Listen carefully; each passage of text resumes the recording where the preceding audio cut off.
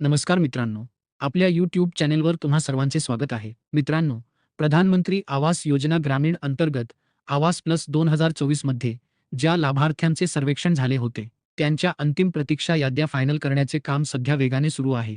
15 ऑगस्टच्या ग्रामसभेत तुम्ही पाहिलंच असेल की या मसुदा याद्या वाचून दाखवण्यात आल्या होत्या आणि ज्यांची नावे या यादीत आहेत त्यांना हमीपत्र देण्यास सांगण्यात आले आहे. परंतु आपल्यातील अनेक मित्रांची ही तक्रार आहे की आमचे सर्वेक्षण होऊनही घरकुल यादीमध्ये आमचे नाव आले नाही.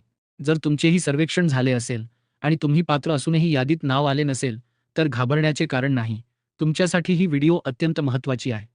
जर तुमचे नाव यादीतून सुटले असेल, तर तुम्हाला त्वरित एक लेखी तक्रार किंवा अर्ज दाखल करावा लागणार आहे. हा अर्ज तुम्ही तुमच्या ग्रामपंचायतीमध्ये ग्रामसेवक किंवा सरपंच यांच्या नावे सादर करू शकता. हा अर्ज सादर करण्यासाठी साधारणपणे 15 सप्टेंबर पूर्वीची मुदत असणार आहे. त्यामुळे ही कारवाई वेळच्या वेळी करणे अत्यंत गरजेचे आहे. या अर्जाचा मुख्य विषय प्रधानमंत्री आवास योजना ग्रामीण अंतर्गत सर्वेक्षण होऊनही घरकुल लाभार्थी यादीत नाव समाविष्ट न झाल्याबाबत पुढील कारवाई करणे असा असणार आहे. या अर्जाद्वारे तुम्ही मागणी करू शकता की जर तुम्ही अपात्र ठरला असाल तर त्याचे कारण काय आहे ते सांगण्यात यावे आणि जर पात्र असाल तर तुमचे नाव लाभार्थी यादीमध्ये समाविष्ट करण्यात यावे.